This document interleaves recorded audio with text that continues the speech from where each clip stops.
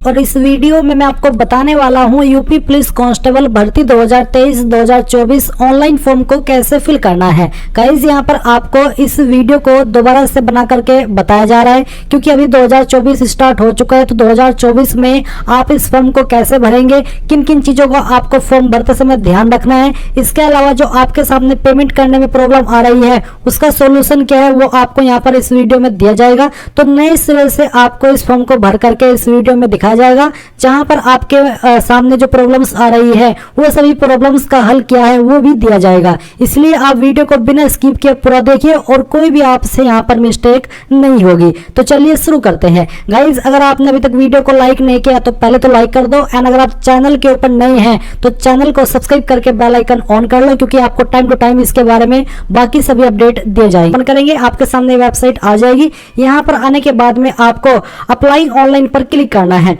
मैं उन कैंडिडेट को कहना चाहूंगा जिनके सामने अभी भी ओटीपी की प्रॉब्लम आ रही है, तो आपके लिए एक अलग से ऑप्शन यहाँ पर ऐड कर दिया है गेट ओटीपी का। आप गेट ओटीपी के ऊपर क्लिक करके अपना रजिस्टर्ड मोबाइल नंबर डालिए, आपका डेट ऑफ बर्थ डालिए जो कि आपने रजिस्टर करते समय भरा था, एंड यहाँ पर अपना एसएससी यानी कि 10th का रोल नंबर भरिए, ये कैप्चा कोड डालिए और सबमिट के ऊपर क्लिक कीजिए। देन आपको मैसेज के माध्यम से आपका ओटीपी सेंड कर दिया जाएगा, जिसका इस्तेमाल करके आप यहाँ पर इसमें ओटीपी एक्टिवेशन के पेज पर आकर के अपना ओटीपी एक्टिवेशन कर लेंगे। बट अगर अभी तक आपने इसमें कोई रजिस्टर नहीं किया तो आप यहाँ पर आइए और अप्लाई ऑनलाइन इसके ऊपर क्लिक कीजिए। अब यहाँ पर सबसे पहले आप आपका फर्स्ट नेम एंटर करेंगे 10th के सर्टिफिकेट के अकॉर्डिंग, फिर आपको आपका लास्ट नेम एंटर करना है, एंड इसके बाद में आपको आपका पूरा नाम यहाँ पर एंटर कर देना है। फिर आती है डेट ऑफ बर्थ, तो आप कैलेंडर के ऊपर क्लिक करेंगे और जो भी आपका ईयर है पहले तो आपको आपका ईयर सेलेक्ट करना है, फिर यहाँ से मंथ और उसके बाद में डे, तो आपका डेट ऑफ बर्थ आ जाएगा। फिर आप आपके फादर का नेम एंटर करेंगे, इसके बाद में आपको आपकी मदर का नेम एंटर करना है, अपना जेंडर यहाँ से आपको सेलेक्ट कर लेना है, मेल या फिर फीमेल।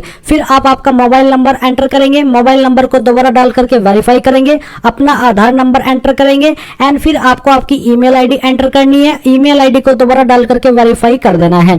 13 पॉइंट में नेशनलिटी में इंडियन सेलेक्ट कर लेंगे। फिर आता है अदर इन्फॉर्मेशन, जहां पर 14 पॉइंट में आपसे पूछेगी क्या आप यूपी के मूल निवासी है, आपके पास यहाँ का निवास प्रमाण पत्र है, तो आप यस करें। यस करने के बाद में 14A में आपसे पूछेगी क्या जो आपको छूट मिलती है या फिर रिलैक्सेशन मिलता है SC ST OBC WS DFF ex serviceman HG category को, क्या आप उसके लिए क्लेम करना चाहते हैं, उसके लिए आप एलिजिबल है, अगर हाँ तो आप यस करेंगे।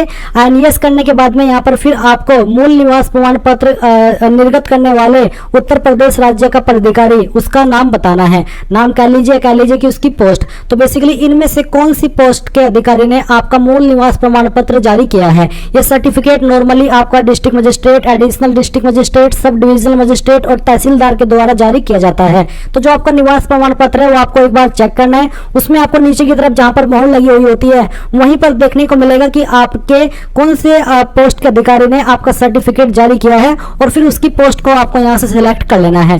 फिर 14C में ये सर्टिफिकेट आपने कब जारी कराया है वो भी आप यहां पर इस तरह से सिलेक्ट कर लेंगे। इसके बाद में जो आपका मूल निवास प्रमाण पत्र संख्या है वो आप यहां पर 14D में लिख देंगे। फिर आता है आपका 14E, आपको आपकी होम डिस्ट्रिक्ट सिलेक्ट कर लेनी है जो भी आपकी होम डिस्ट्रिक्ट है, एंड फिर आती है कैटेगरी, तो जो भी आपकी कास्ट कैटेगरी है जनरल SC ST वो आप यहां पर सिलेक्ट कर लेंगे। अगर जनरल है तो जनरल, अगर SC है तो आपके सामने सेम तरीके से ऑप्शन आएगा जहां पर आपको कास्ट सर्टिफिकेट जारी करने वाले अधिकारी की पोस्ट का नाम देना है, एंड उसके बाद में आपका जो सर्टिफिकेट है वो कब जारी हुआ था वो भी आप यहां पर इस तरह से सिलेक्ट कर लेंगे। मैं आपको बता दूं कि ये जो आपका सर्टिफिकेट है ये आपका अप्रैल 2023 के बाद का होना चाहिए। जिसका अप्रैल 2023 के पहले का बना हुआ है वो यहाँ पर एप्लीकेबल नहीं है, वो योग्य नहीं है। फिर आप यहाँ पर सर्टिफिकेट सीरियल नंबर लिखेंगे और कैटेगरी एप्लीकेशन नंबर भी आप यहाँ पर लिख देंगे।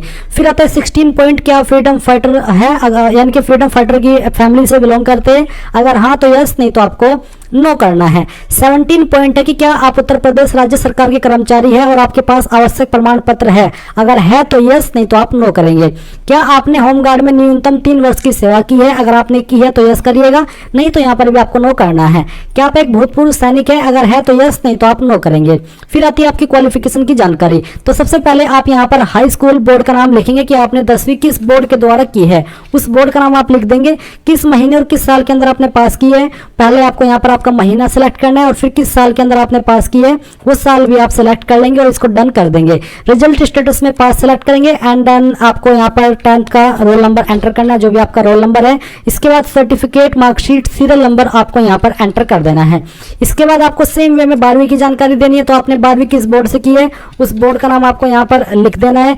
कब आपने 12वीं पास कर ली थी उस साल आप यहाँ पर सिलेक्ट कर लेंगे इस तरह से, और फिर यहाँ पर आपको मंथ भी सिलेक्ट करना है।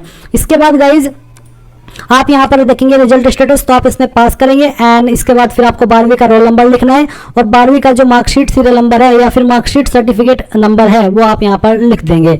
फिर आता है 22 पॉइंट, जहाँ पर है कि क्या आपने DOE ACC NIELIT से कंप्यूटर में ओ लेवल प्रमाण पत्र प्राप्त किया है। अगर आपने किया है तो यस करिए। यस करने पर आपको यहाँ पर किसके द्वारा आपको ये सर्टिफिकेट जारी हुआ है उस अथॉरिटी का नाम देना है और आपको डेट ऑफ इशूइंग सेलेक्ट कर लेनी है और सीरियल नंबर ऑफ सर्टिफिकेट देना है। नहीं किया तो आप नो कर दे, क्योंकि कंप्यूटर सर्टिफिकेट होना इस फॉर्म पर अप्लाई करने के लिए कंपलसरी नहीं है। फिर 23 पॉइंट है कि क्या आपने 2 साल की न्यूनतम अवधि के लिए प्रादेशिक सेना में काम किया है। अगर आपने काम किया टेरिटोरियल आर्मी के अंदर तो आप यस करिए, नहीं तो आपको नो करना है। फिर आता है कि क्या आपने राष्ट्रीय कैडेट कोर भी प्रमाण पत्र प्राप्त किया है। अगर आपने किया है तो यस, नहीं तो आप नो करेंगे। अब आता है एड्रेस, तो जो आपका एड्रेस है वो आप यहाँ पर लाइन फर्स्ट 2 के अंदर लिख देंगे। फिर आपका जो सिटी, विलेज, टाउन है जो भी है वो आप यहाँ पर लिखेंगे। आपकी जो स्टेट है यहाँ से आपको सेलेक्ट कर लेनी है। आपका जो डिस्ट्रिक्ट है वो डिस्ट्रिक्ट आप सिलेक्ट कर लेंगे और अपना जो भी पिन कोड है वो आपको यहाँ पर डाल देना है। अगर आपका कोरेस्पोंडेंस एड्रेस यानी कि प्रेजेंट और परमानेंट एड्रेस सेम है तो आप यहाँ पर टिक कर देंगे। एंड गाइज मैं आपको बता दूं कि जो आपका प्रेजेंट एड्रेस है उसी के अकॉर्डिंग आपको एग्जाम सेंटर अलॉट किया जाएगा, क्योंकि यहाँ पर एग्जाम सेंटर की प्रेफरेंस देने का इस फॉर्म के अंदर कोई भी ऑप्शन नहीं है। तो अभी ये सभी जानकारी चेक करते हुए आप प्रीव्यू एंड सबमिट इसके ऊपर क्लिक करेंगे। अब गाइज आपने जितनी भी जानकारी भरी है वो सभी आपके सामने है। आप ऊपर की तरफ सभी जानकारी को देखेंगे और अच्छे से चेक कर लेंगे, क्योंकि बाद में ये एडिट करने का मौका मिले ना मिले कुछ पता नहीं, मिलेगा भी तो ऐसे में कुछ प्रॉब्लम आ सकती है। इसलिए आप यहाँ पर कोई देरी मत कीजिए और अच्छे से इसमें देरी कीजिए और अच्छे से चेक कीजिए। एंड यहाँ पर चेक करने के बाद में इन सभी के ऊपर आपको टिक करना है और टिक करने के बाद में आपको यहाँ पर नीचे कैप्चा कोड फिल करना है और पूरी तरीके से श्योर होने के बाद में submit and next OTP activation इसके ऊपर क्लिक करना है। अब गाइज यहाँ पर आपके सामने आपका रेशन नंबर आपके डिस्प्ले के ऊपर आ जाएगा, ये आपको यहाँ से भी नोट कर लेना है। एंड उसके बाद में एक्टिवेट थ्रू OTP इसके ऊपर क्लिक करना है। जो रेशन नंबर आपको मिला है वो आपको यहाँ पर डालना है। डेट ऑफ बर्थ जो आपने फॉर्म के अंदर भरी है वो आप यहाँ पर सिलेक्ट कर लेंगे। जो OTP अभी आपको मैसेज के माध्यम से मिला है वो OTP यहाँ पर डालिए, ये कैप्चा कोड फिल कीजिए और एक्टिवेट के ऊपर क्लिक कर दीजिए। इसके बाद में ये आपका एक्टिवेशन हो जाएगा। फिर आप बैक टू लॉगिन के पेज पर आ जाएंगे। नाउ गाइज आप देख भी सकते हैं कि आपका रेशन एक्टिवेट हो चुका है। अभी आप यहाँ से इसको ओके कर दीजिए। ओके करने के बाद में एक बार फिर से रेशन नंबर यहाँ पर डालिए। जो DOB अभी आपने यहाँ पर सिलेक्ट किया और DOB आप यहाँ पर सिलेक्ट कर लीजिए। ये कैप्चा कोड फिल कीजिए एंड देन लॉगिन के ऊपर क्लिक कीजिए। अब लॉगिन करते ही आपके सामने यहाँ पर इस तरह से एप्लीकेशन फीस का अमाउंट आएगा। आपको यहाँ पर पे नाउ पर क्लिक करना है। पे नाउ पर क्लिक करने के बाद में आपको पेमेंट के पेज पर ट्रांसफर किया जाएगा।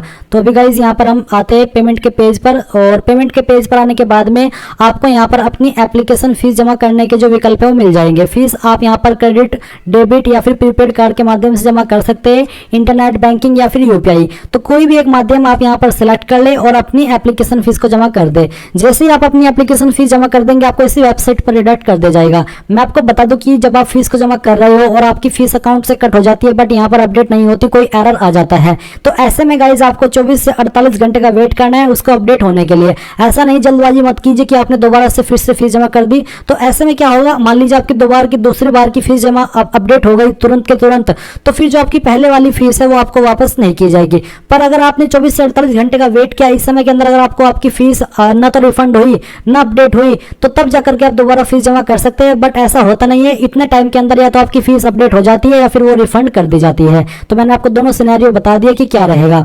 तो जैसे ही आप यहाँ पर फीस जमा कर लेंगे उसके बाद क्या इंटरफेस आएगा वो भी आप यहाँ पर आगे जान लीजिए। अब गाइज यहाँ पर फीस जमा करने के बाद में जो आपके सामने डिटेल्स आएगी वो कुछ इस तरह की आएगी। ये मैं आपको जब मैंने ये वीडियो सबसे पहले पूरे यूट्यूब पर बनाई थी, जब आपके फॉर्म शुरू हुए थे, उससे मैं आपको ये जानकारी एक्सप्लेन कर रहा हूँ। तो अभी मैं आपको बता दूं कि ये फॉर्म मैं डेमो के लिए भरा हूँ। तो ऐसे में अगर मैं 400 रुपये फीस पे करता तो वेस्ट चली जाती, क्योंकि जब मैंने इस फॉर्म की वीडियो बनाई थी सबसे पहले और तब जो मैंने फीस जमा की थी वो भी वेस्ट गई। बस उससे आप लोगों को सीखने को मिला कि कैसे आपको फॉर्म को भरना है। तो चीज ये आपको क्लियर हो गई है। अब यहाँ पर आपको बोला है कि डिजी लॉकर के माध्यम से प्रमाण पत्र अपलोड करने का लिंक शीघ्र ही उपलब्ध होगा। उस वक्त हमने ये वीडियो जब बनाई थी तब तक ये लिंक एक्टिवेट नहीं हुआ था। अभी ये लिंक शायद एक्टिवेट आपका कर दिया हो, तो आपको यहाँ पर इसके बारे में थोड़ी जानकारी देता हूँ। तो डिजी लॉकर के माध्यम से जानकारी की जो जानकारी है वो आपको नोटिफिकेशन में भी मेंशन की गई है। आपको बोला है कि अभ्यर्थियों से अपेक्षा की जाती है कि वे अपने आवेदन पत्र के साथ संलग्न किए जाने वाले शैक्षिक आरक्षण संबंधी, आयु में छूट संबंधी तथा अन्य सभी प्रमाण पत्र जो कि डिजी लॉकर पर उपलब्ध है उन्हें डिजी लॉकर के माध्यम से ही अपलोड करें। जो प्रमाण पत्र डिजी लॉकर पर उपलब्ध न हो उनकी प्रति स्कैन कर अपलोड करें। यानी कि जो डॉक्यूमेंट डिजी लॉकर पर अवेलेबल है वो डिजी लॉकर से करें और जो नहीं है वो स्कैन करके यहाँ पर अपलोड कर दे। अब कुछ कैंडिडेट का ये भी इशू होएगा कि हमने सर डिजी लॉकर से इन्फॉर्मेशन फैच नहीं की, हमने डायरेक्टली अपलोड कर दिया है। तो जब आपका एडिट का डेट आएगा तब आप उसको चेंज कर लीजिएगा। अगर आपने स्कैन करके अपलोड किया तब भी कोई इशू नहीं रहेगा। ये ऐसी चीज नहीं है जिससे आपका फॉर्म रिजेक्ट हो सकता है, बिल्कुल भी नहीं है। आप इसमें बिना इसके भी स्कैन करके फोटो को अपलोड कर सकते हैं। तो अगर डिजी लॉकर का लिंक आपके सामने आ रहा है, आप डिजी लॉकर की वेबसाइट के ऊपर जाएंगे और वहां से अपनी जो डिटेल्स है 10वीं की और आपका जो बाकी का है वो फैच कर लेंगे। जैसे कि यहाँ पर फोटो है तो फोटो आप सिंपली चूज फाइल के ऊपर क्लिक करके जहां पर आपकी फोटो फाइल है सिलेक्ट कर लेंगे, जिसका साइज 20 से 50 KB के बीच में रखा है। एंड जैसे ही फिर आप अपलोड के ऊपर क्लिक करेंगे आपका फोटो यहाँ पर अपलोड होकर के आ जाएगा इस तरह से। फिर आप सेम तरीके से आपका सिग्नेचर अपलोड करेंगे जो कि आपको ब्लैक पेन से करना है। इसको भी फाइल को आप सिलेक्ट कर लेंगे और यहाँ से अपलोड कर देंगे। अब आती है 10वीं की जानकारी। तो इसमें आपको डिजी लॉकर का ऑप्शन मिल सकता है जहां पर आपको 10वीं का जो मार्कशीट है वो डिजी लॉकर से फैच कर लेना है। कोई इशू आपको नहीं आएगा। अगर आप सिंपल स्कैन करके अपलोड करेंगे तब भी कोई बड़ी बात नहीं है। आपका फॉर्म रिजेक्ट इस चीज से बिल्कुल भी नहीं होगा। ये ऐसी प्रॉब्लम नहीं है जिससे आपका फॉर्म रिजेक्ट हो सकता है। तो अगर आपको डिजी लॉकर का ऑप्शन देखने को मिल रहा है आप डिजी लॉकर से इसको फैच कर लीजिएगा। डिजी लॉकर का अकाउंट तो आप सभी का बना ही होगा। अगर नहीं बनाया तो गूगल के यूट्यूब के ऊपर सर्च कर लीजिए कि डिजी लॉकर से कैसे, अगर नहीं बनाया तो डिजी लॉकर के ऊपर देख लीजिएगा वीडियो। अगर नहीं बना हुआ है तो YouTube में सर्च कर लीजिएगा कि डिजी लॉकर अकाउंट कैसे बनाएं, वहां से आपको सभी जानकारी क्लियर हो जाएगी। फिर आप सेम तरीके से 12वीं का सर्टिफिकेट यहाँ पर अपलोड कर देंगे। अगर आपके पास है डिजी लॉकर से करना चाहते हैं तो आप वो भी यहाँ कर पाएंगे। इसके बाद आपको मूल निवास प्रमाण पत्र भी अपलोड कर देना है अगर आप यूपी से इस फॉर्म को भरे हैं। अगर आपने कंप्यूटर सर्टिफिकेट वाले ऑप्शन में यस किया था तो आपको कंप्यूटर सर्टिफिकेट भी अपलोड करना होगा। एंड ये सभी डॉक्यूमेंट अपलोड करने के बाद में आप फाइनल सबमिशन एंड नेक्स्ट इसके ऊपर क्लिक करेंगे। इसके ऊपर क्लिक करने के बाद में गाइज आपका जो फॉर्म है वो यहाँ पर सबमिट होगा और उस तरह से आपके सामने आ जाएगा जहां पर आपका राशन नंबर दिया है। एंड प्रिंट एप्लीकेशन के ऊपर क्लिक करके आप अपने एप्लीकेशन फॉर्म का जो प्रिंट है वो ले पाएंगे। तो इस तरह से गाइज आप 2024 के अंदर इस फॉर्म को भर सकते हैं, कोई भी आपको इशू नहीं आएगा। जो इशू आ रहे थे शुरुआत में वो सभी सॉर्ट हो चुके हैं। एंड अगर कोई आ रहा है तो आप कमेंट के माध्यम से मुझे बताइए ताकि मैं उसके बारे में आपको और हेल्प दे सकूं और जानकारी दे सकूं। सो अगर आपने अभी तक वीडियो को लाइक नहीं किया कर दीजिए। एंड मेरी तरफ से ऑल द बेस्ट सभी कैंडिडेट को, जितने भी कैंडिडेट यहाँ पर फॉर्म भर रहे हैं। आशा करता हूं कि आप इस बार अपनी सीट पक्की कर लेंगे। So thanks for watching. जय हिंद।